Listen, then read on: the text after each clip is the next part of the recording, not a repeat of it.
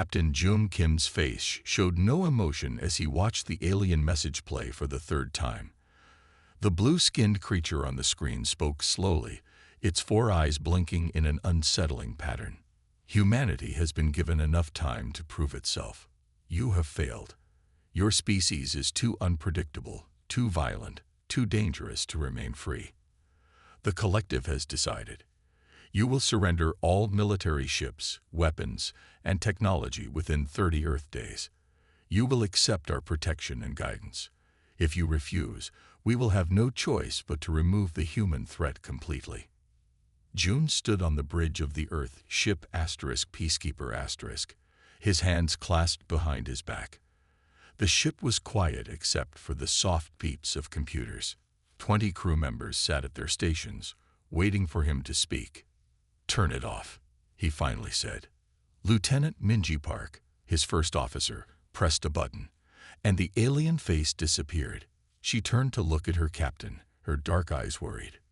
200 years of peace, Jun said softly.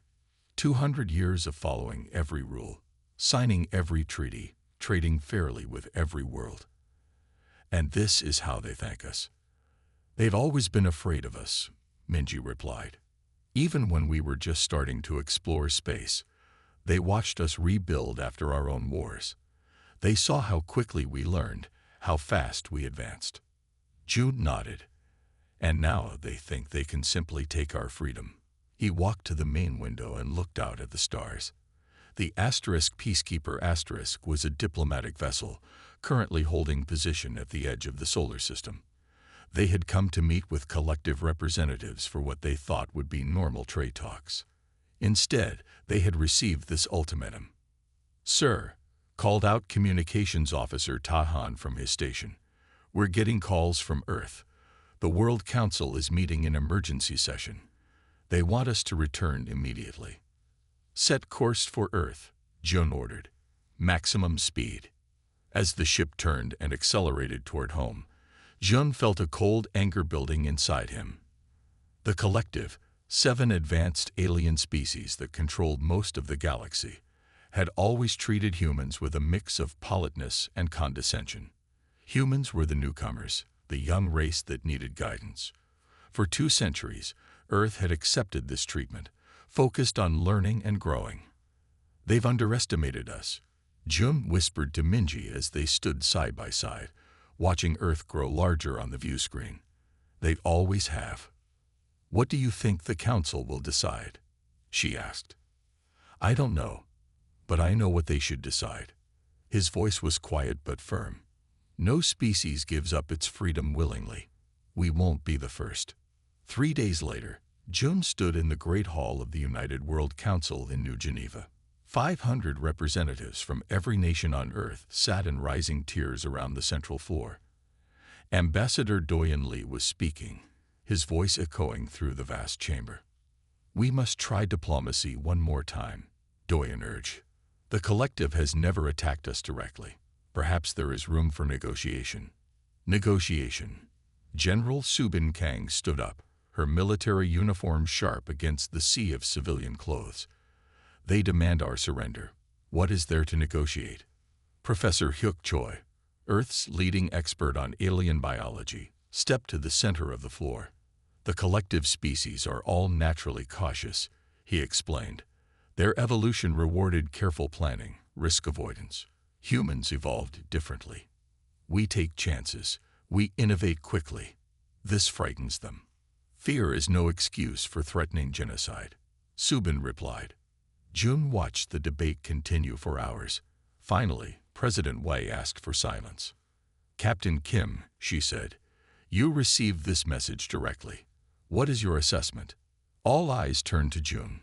He stepped forward, feeling the weight of the moment. "Madam President, members of the Council, the collective has shown their true face today. They do not want partners. They want subjects. They have underestimated humanity before." He paused, looking around the room. "It's time to show them their mistake." The World Council debate lasted 3 full days. June stayed for every minute, watching as Earth's leaders argued about humanity's future. Some wanted to give in to the collective's demands. Others called for immediate war. Most fell somewhere in between, uncertain and afraid. On the third day, Professor Hyuk Choi presented new information. The old man walked slowly to the center of the chamber, carrying a small data device. His hand shook slightly as he connected it to the main display system. "I have studied the collective species for 40 years, Huck said. "What you see here has never been shared publicly." The large screen lit up with images of the 7 alien species that made up the collective. Each looked very different from humans, and from each other.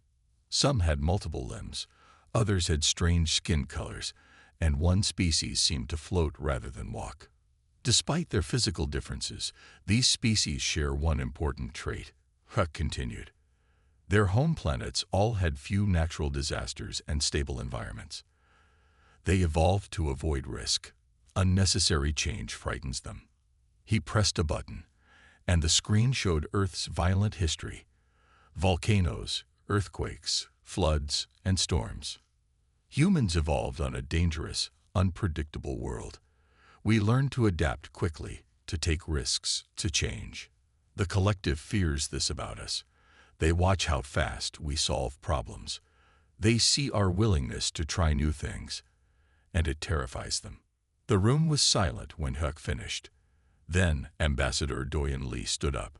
"If fear drives their actions, then surely we can reason with them," Doyen said. "We can show them we are not a threat. We can negotiate limited military reduction instead of full surrender." General Subin Kang shook her head. "You still don't understand. They've been planning this for years. While we thought we were building peace, they were studying our weaknesses." Subin walked to the center of the room, her steps firm and confident. She was a small woman, but her presence filled the chamber. 2 months ago, our deep space sensors detected unusual collective fleet movements, she said. "We thought it was normal military exercises. Now I believe they were preparing for war." A murmur ran through the council. President Wei raised her hand for silence. "What are you suggesting, General?" she asked. "I am suggesting, Madam President, that the collective never planned to give us 30 days. The ultimatum is a distraction. They will attack soon, perhaps within days. They expect us to be arguing while they prepare." Captain Jun watched the faces of the council members. He saw shock, disbelief, and growing anger. "If what General Kang says is true," said a representative from Africa, "then we have no choice but to fight." "But how?" asked another. "The collective has more ships, more advanced weapons. We cannot win a direct war." Subin smiled for the first time. "That is what they believe. That is what we have allowed them to believe." She pressed a button on her wrist device. The main screen changed to show what looked like technical plans for advanced weapons and ships. "Project Thunderstorm," she said simply. "Our insurance policy. For 200 years, we have shown the collective only what we wanted them to see. We traded openly for some technologies, but our best innovations we kept hidden." Gasps filled the room. Even Jun was surprised. He had heard rumors of secret military projects, but nothing like this. "You hid this from our own people?" Doyen asked, his voice angry. "We hid it from everyone," Subin replied calmly, "because the day might come when humanity's survival depended on having an advantage our enemies didn't know about." She looked around the room. "That day has come." President Wei stood up. She was a tall, thin woman with gray hair and a face that showed both wisdom and weariness. "The council will vote now," she said. "Will humanity surrender to the collective, or will we fight?" The vote took less than 5 minutes. The result was clear. Earth would not surrender. "Captain Kim," President Wei said, turning to Jun, "return to your ship. Inform the collective that we need more time to consider their demands. Meanwhile, General Kang will activate Project Thunderstorm." Jun nodded, his face serious. "Yes, Madam President." As he left the council chamber, Jun knew that everything was about to change. Peace was ending. War was coming, and humanity would either win its freedom or lose everything. Commander Taehyun Yoon had been awake for 20 hours straight when the alarm sounded. He was in the small command room of the Aegis Asterisk, a ship that officially did not exist. The Aegis looked like a normal cargo vessel from the outside, but inside it was a state-of-the-art stealth carrier, hidden in the shadows of Saturn's rings. "Sir, we have multiple ships entering the solar system," reported Officer Hannah Jin. Her fingers moved quickly over the control panel. 7 large vessels, collective design. They're not responding to hails from Earth defense. Taehyun was instantly alert. "Show me." The screen lit up with a tactical display. Red dots represented the collective ships, moving in a tight formation toward Earth. They didn't even wait 10 days, let alone 30, Taehyun said quietly. General Kang was right. He pressed a button on his chair. "All personnel to battle stations. This is not a drill. Repeat, this is not a drill." Throughout the ship, men and women who had trained for years for this moment rushed to their posts. The Aegis Asterisk hummed with activity as weapon systems came online and fighters prepared for launch. "Send the alert to all hidden units," Taehyun ordered. "Authentication code Phoenix Rising." Officer Hannah nodded and sent the message. Across the solar system, in places the collective never thought to look, human ships and weapons platforms received the signal and began to power up. On Earth, General Subin Kang stood in the underground command center beneath the Himalayan mountains. Screens around her showed the approaching collective fleet. "They're targeting our orbital defense stations," reported a young officer. "Standard pattern for a first strike. They want to blind us before the main attack." Subin nodded. The collective was following their expected playbook. They believed they knew all of Earth's defenses. They thought this would be an easy victory. "Let them get a little closer," she said calmly. "Let them think their plan is working." In space, the 7 collective ships launched their first weapons. Energy beams struck Earth's visible defense satellites, destroying them one by one. The collective commander likely felt satisfaction as the human defenses fell so easily. Then everything changed. "Execute Operation Checkmate," Taehyun ordered from aboard the Aegis Asterisk. Across the solar system, hidden doors opened in asteroids. What looked like abandoned mining stations suddenly transformed. From Mars' orbit, from Jupiter's moons, from the Kuiper Belt, human ships appeared where none should have been. The quantum fighters were smaller than any combat vessel the collective had ever seen, but faster and more maneuverable. 100 of them shot toward the collective ships, moving in perfect formation. On the lead collective ship, alarms would be sounding as their sensors detected the new threats. They had expected to find Earth defended by a small visible fleet. Instead, they found themselves surrounded. "First wave, disable their engines," Taehyun commanded. "Second wave, target their weapons. No killing shots unless absolutely necessary." The quantum fighters struck with surprising speed. Their weapons were like nothing the collective had seen before, cutting through advanced shields as if they weren't there. 2 collective ships lost engine power and began to drift. Another 3 found their weapon systems suddenly offline. The remaining 2 tried to retreat, but the quantum fighters were too fast. "Sir, we're receiving a transmission from the collective fleet," Hannah said. They're asking to surrender." Taehyun raised an eyebrow. That was faster than expected. He paused, then nodded. "Accept their surrender. Inform Earth Defense we have prisoners to transfer." On Earth, General Subin watched the battle end almost as quickly as it had begun. Her face showed no emotion, but inside she felt a deep satisfaction. "Send a message to the Collective Council," she told her communications officer. "Tell them their attack has failed. Tell them now they will see what happens when humanity is backed into a corner." Captain Sunwoo Nam was eating dinner when the message arrived. The small dining room of the Dreadnought Retribution was quiet that evening, with only a few officers present. Sunwoo had just taken a bite of synthetic beef when her wrist communicator flashed red. She looked down, and saw the words she had trained for, but never expected to see. Fuoyinx rising. Sunwoo put down her fork and stood up. Battle stations, she said calmly. Wake all sleeping crew. Full power to all systems. The other officers jumped to their feet. They knew what those words meant. After years of waiting, hiding, and preparing, it was time to fight. The Retribution was the largest ship humanity had ever built, but no one outside a small group of military leaders knew it existed. For the past 5 years, it had been hiding in the asteroid belt of a star system 30. Dr. Juan Kang had not slept in 3 days. His eyes were red, and his hands shook slightly as he worked. The underground laboratory beneath the Himalayan mountains was the most secure place on Earth.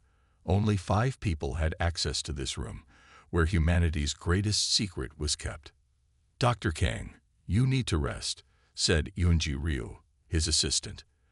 The young woman looked worried as she handed him a cup of strong coffee. No time for rest, Juan mumbled, taking the cup without looking up from his work. The network must be ready in 6 hours. On the large table in front of him sat what looked like a simple metal box. It was small enough to fit in a backpack, with no buttons or screens on its smooth surface. This unimpressive object was the Quantum Disruption Network, or QDN. For 20 years, Juan had worked on this device. The collective thought humans were still struggling with basic quantum technology. They had no idea that Earth scientists had made a breakthrough a decade ago. The QDN was the result. Final system check, Juan said, connecting the box to a computer. Numbers and diagrams flashed across the screen as the computer tested every part of the device.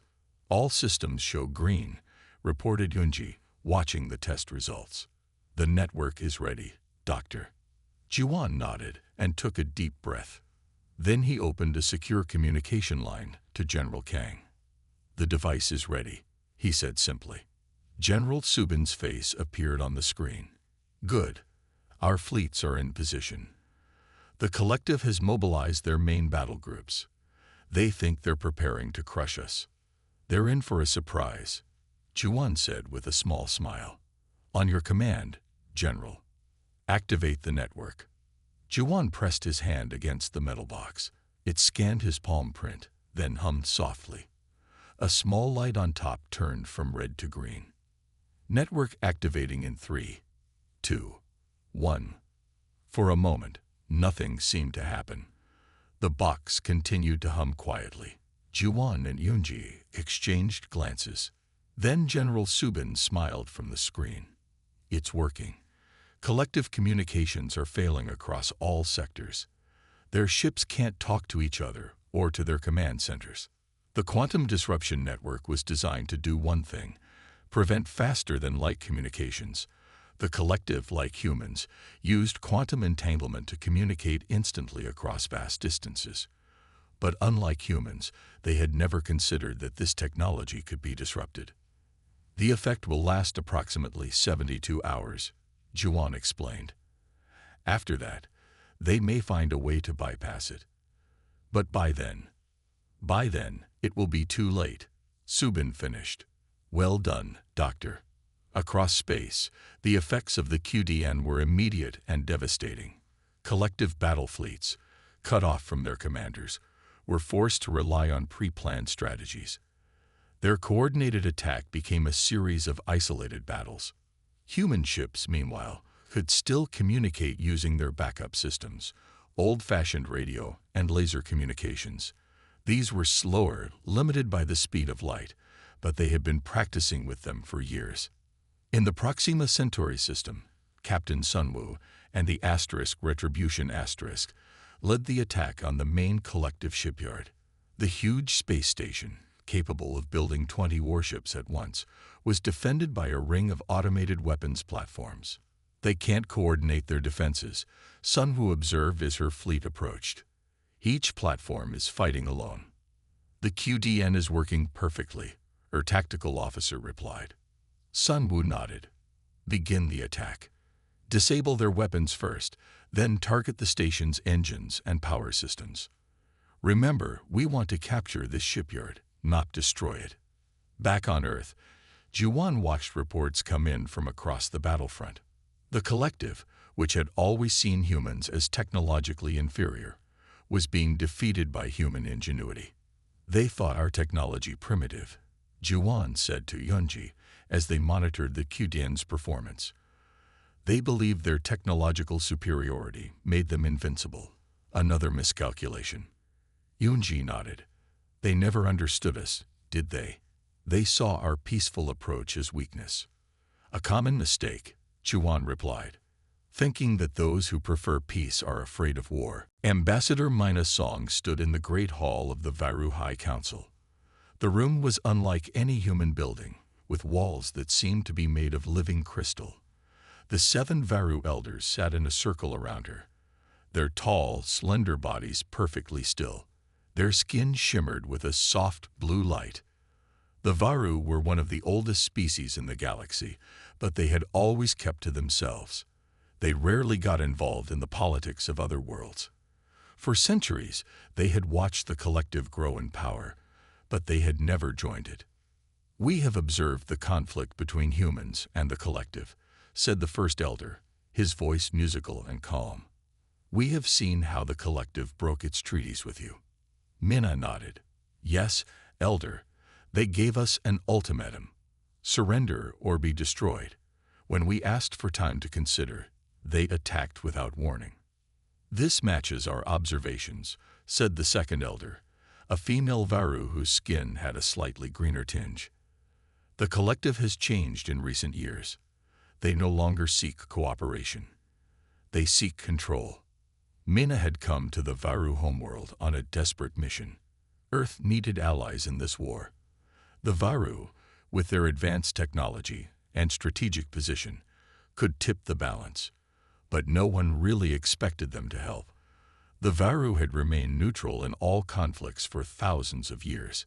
"Humans are young compared to our people," said the third elder, "but we have watched your species with interest. You value freedom as we do. You create art that moves even our ancient hearts. You fight fiercely when threatened, but you prefer peace." Mina felt a spark of hope. This sounded more positive than she had expected. "The collective believes that different means dangerous," the first elder continued. "We disagree. Diversity brings strength to the galaxy, not weakness." The 7 elders looked at each other, communicating in a way humans couldn't understand. Then the first elder turned back to Mina. "For the first time in 5,000 years, the Varu will take sides in a conflict," he announced. "We recognize in humans a kindred spirit. We cannot stand idle while the collective attempts to subjugate another independent species." Mina's heart raced. This was more than she had dared hope for.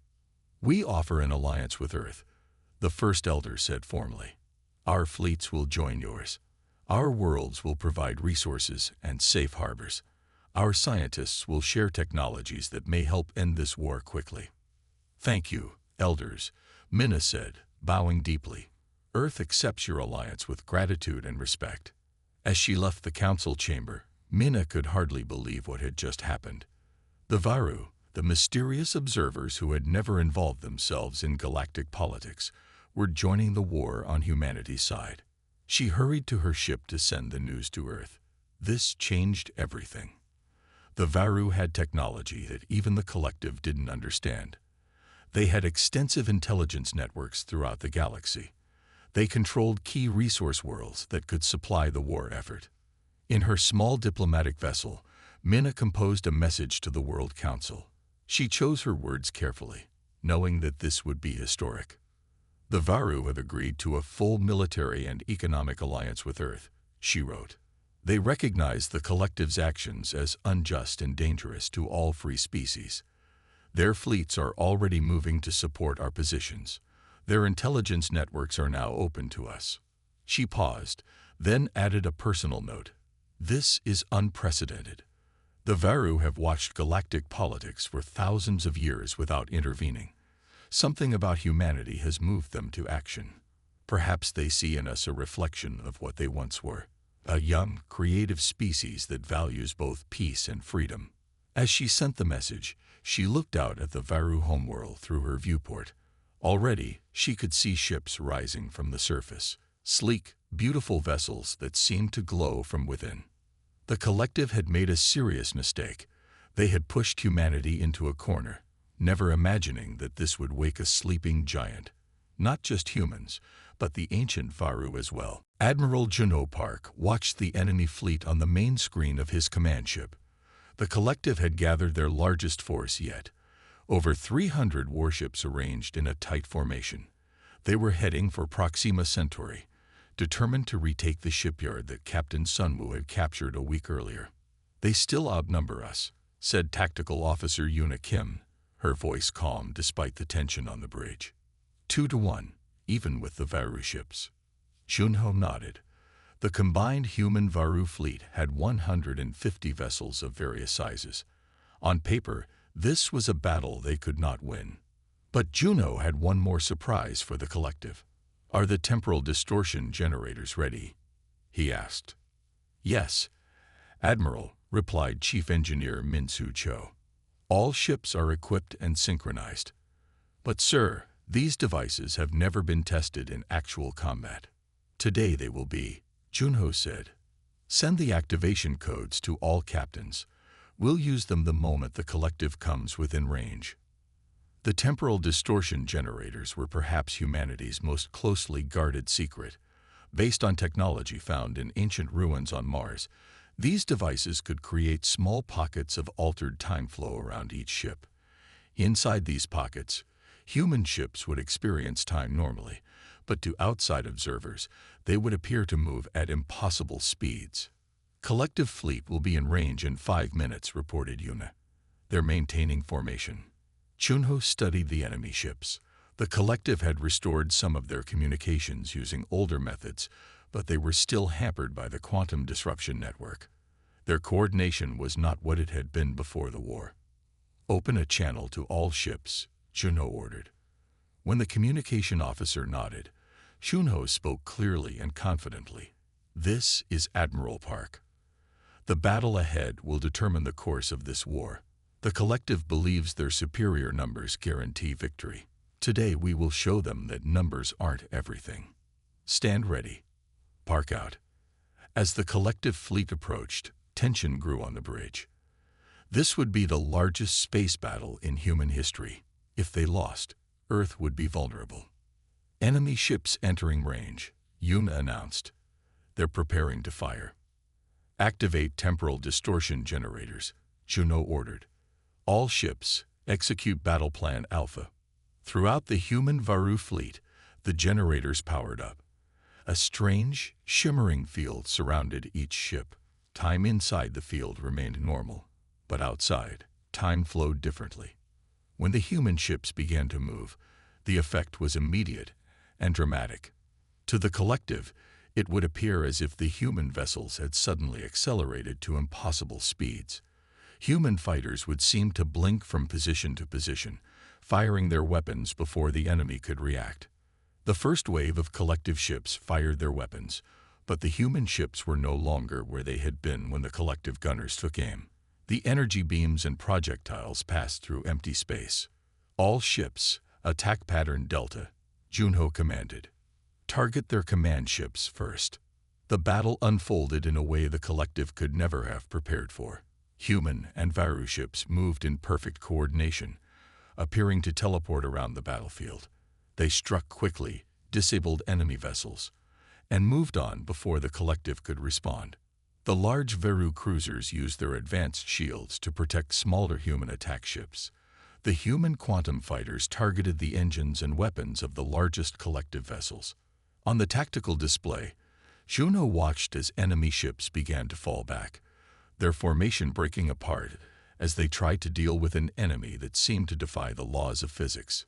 "Sir, the collective flagship is signaling," the communications officer reported with surprise. They're requesting to speak with you." Junho raised an eyebrow. "Put them through." The screen showed a collective commander, his 4 eyes blinking rapidly in what Junho recognized as a sign of extreme stress. "This battle is over," the alien said without greeting. "We request terms for surrender." Junho looked around at his bridge crew. They had expected this battle to last for days. Instead, it had been decided in hours. All ships cease fire, he ordered. Inform the collective commander that we accept their surrender. As the firing stopped, Junho allowed himself a small smile. The tide of the war had turned. From this point, the collective would be on the defensive. It worked, Yuna said quietly. The temporal generators actually worked. Numbers aren't everything, Junho replied. Sometimes, the right technology at the right moment is all you need. President Juhu Yoon of Earth straightened his formal jacket as he prepared to enter the meeting room. The neutral space station *Harmony* had been chosen for the peace talks. It was an old station, built centuries ago by a species that had since disappeared from the galaxy. "Are you ready, Mr. President?" asked his aide. Jihu nodded. As ready as anyone can be to decide the fate of multiple civilizations. 3 months had passed since the Battle of Proxima Centauri. In that time, the combined human-Varu forces had pushed deep into collective territory, capturing key worlds and strategic resources. 5 of the 7 collective homeworlds were now surrounded by human and Varu ships. Their defeat was complete. Now, the leaders of both sides would meet face to face for the first time since the war began. Jihu entered the large, circular room. On one side sat the Supreme Council of the Collective. 7 aliens, 1 from each member species. They looked tired and defeated. On the other side were the Varu elders, their skin glowing softly in the dim light. The human delegation took seats in the middle. "This meeting will now begin," announced the neutral mediator, a member of a merchant species that had stayed out of the conflict. The head of the Collective Council, a tall being with gray skin and 4 arms, spoke first. "We are prepared to hear Earth's terms," he said, his translator making his voice sound flat and emotionless. "We understand that as the defeated party, we must accept whatever punishment you choose to impose." The aliens' eyes moved nervously around the room. The collective had threatened humanity with extinction. Now they expected the same treatment in return. Jihu stood up slowly. All eyes turned to him. This was the moment that would define humanity's place in the galaxy for generations to come. The collective began this war with an ultimatum. Jihu said, his voice calm and measured. "You demanded our surrender. You threatened our extinction. When we asked for time, you attacked without warning." He paused, looking at each collective leader in turn. "By any standard, we would be justified in demanding your complete surrender. We could strip your worlds of resources, dismantle your governments, and keep your people under our control." The collective leaders tensed, waiting for the harsh terms they expected. "But that is not why we fought this war," Jihu continued. "We did not fight for revenge or conquest. We fought because you gave us no choice. We fought for our right to exist freely, to determine our own future." He took a deep breath. "Therefore, these are our terms. The collective, in its current form, will be dissolved. Each member species will regain its independence. You will reduce your military forces to defensive levels only. You will open your borders to free trade and cultural exchange." The collective leaders looked at each other in confusion. These terms were far more lenient than they had expected. Furthermore, Jihu said, "Earth will establish a new galactic organization, open to all species including former collective members, based on principles of mutual respect, sovereignty, and cooperation. No species will have authority over another. Decisions will be made by consensus." You're not demanding reparations?" asked one of the collective leaders. "No territory, no resources. We don't seek your destruction, but your understanding," Jihu replied. "Humanity crossed your arbitrary line because we refused to surrender our sovereignty. We fought because you gave us no choice. Now we offer what you denied us, the chance for true peace, based on mutual respect rather than dominance." The room was silent for a long moment. Then the head of the collective council slowly stood. "We accept these terms," he said. "And we thank you for your mercy." As the formal documents were prepared, Ambassador Doyen Li leaned toward General Subin Kang. "Did we make the right choice?" he whispered. "Some would say we should have been harsher." Subin watched as President Jihu signed the peace agreement. "We fought to prove we weren't the savages they thought us to be," she replied. "What better proof than mercy when vengeance was within our grasp?" 5 years had passed since the war ended. Admiral Jung Kim, his hair now showing streaks of gray, stood on the observation deck of the rebuilt Peacekeeper*. The ship was much larger now, redesigned to serve as both a diplomatic vessel and a symbol of the new galactic order. Below him, Earth shone blue and beautiful. Ships from 20 different species moved in orderly patterns around the planet. Some were trading vessels, others diplomatic shuttles. All of them belonged to members of the new Galactic Confederation. "Admiral, the delegates are beginning to arrive," said a young officer. "Ambassador Park asks if you will join the welcoming committee." June nodded. "Tell her I'll be there shortly." He took one more moment to look at Earth. So much had changed in 5 years. The former collective worlds, now independent, had joined with humanity and the Varu to form the Confederation. Each species maintained its own government and military, but they all agreed to basic principles of cooperation and non-interference. When June reached the main reception hall, Minji Park was already greeting the first delegates. She had been his first officer during the crisis that started the war. Now she was Earth's chief ambassador to the Confederation. "June, just in time," Minji called with a smile. "The Varu delegation has brought some interesting proposals for the expansion of the cultural exchange program." June shook hands with the tall, shimmering Varu delegates. Next to them stood representatives from 5 former collective species. There was no anger or fear in their eyes now, only professional respect. "Today marks the 5th anniversary of the Confederation Charter," Minji said as more delegates arrived. "When we first proposed this alliance, many thought it would fail within a year. They didn't believe that former enemies could become partners so quickly," June agreed. "The old collective was built on control," said one of the alien delegates, a former mid-level collective administrator named Zoral. We believed that was the only way to maintain peace. We were wrong." The large hall filled with representatives from across the galaxy. Some came from worlds that had never been part of the collective. They had watched the war from a distance, and seeing the peace that followed, decided to join the Confederation. President Jihu Yum arrived last. Despite 5 years in office, he still looked uncomfortable with formal ceremonies. He nodded politely to the assembled delegates, then took his place at the center of the room. "5 years ago, we gathered to sign a peace treaty," Jihu began. "Many called it too generous, too trusting. Some said former enemies could never become true allies."